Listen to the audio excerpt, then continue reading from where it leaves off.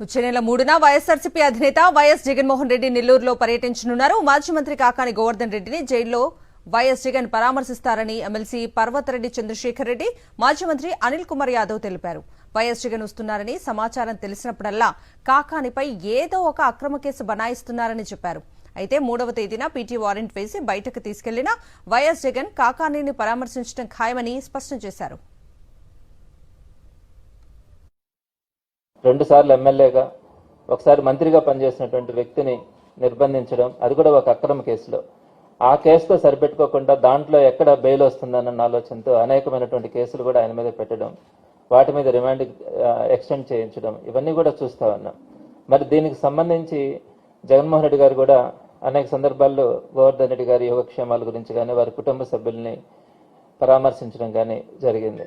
అయితే ఆయన నేరుగా పరామర్శించాలా, రావడానికి నెల్లూరు జిల్లాకు రావడానికి గత కొద్ది రోజులుగా అనుకుంటున్నప్పటికీ ఇక్కడ ఆ కేసుకు సంబంధించి అవన్నీ వివరాలు తీసుకొని ఎట్టకేలకు వచ్చే జూలై 3వ తారీఖున అంటే గురువారం రోజున జగన్మోహన్ రెడ్డి గారు స్వయంగా నెల్లూరుకు వచ్చి సెంట్రల్ జైల్లో ఉన్నటువంటి గోవర్ధన్ రెడ్డి గారిని ములాఖతులో పరామర్శించడానికి నిర్ణయం తీసుకోవడం కూడా జరిగింది.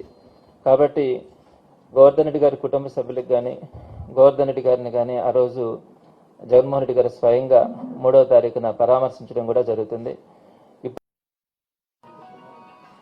గోవర్ధన్ రెడ్డిని పరామర్శించడానికి రావాలనుకున్న ప్రతిసారల్లా కూడా ఒక దొంగ కేసు పెట్టడం, ఒక పీటీ వారెంట్ వేయటం, ఏదో రకంగా ఇంకా కేసులు కలుపుకుంటూ ఈ కేసు ఆ కేసు అని ఆఖరికి ఎంత దుర్మార్గంగా చంద్రబాబు నాయుడు గారిని ఏదో అన్నారని నెల్లూరులో ఉన్న వ్యక్తి పోయి మంగళగిరిలో ఒక కేసు పెట్టి దాని మీద కూడా ఒక సోషల్ మీడియా కేసు అని చెప్పి ఈ విధంగా ఎన్ని రకాలుగా ఒక అబద్ధపు కేసులు పెట్టి ఇబ్బందికి గురి చేస్తున్నారు. అందరూ కూడా చూస్తూ ఉన్నారు.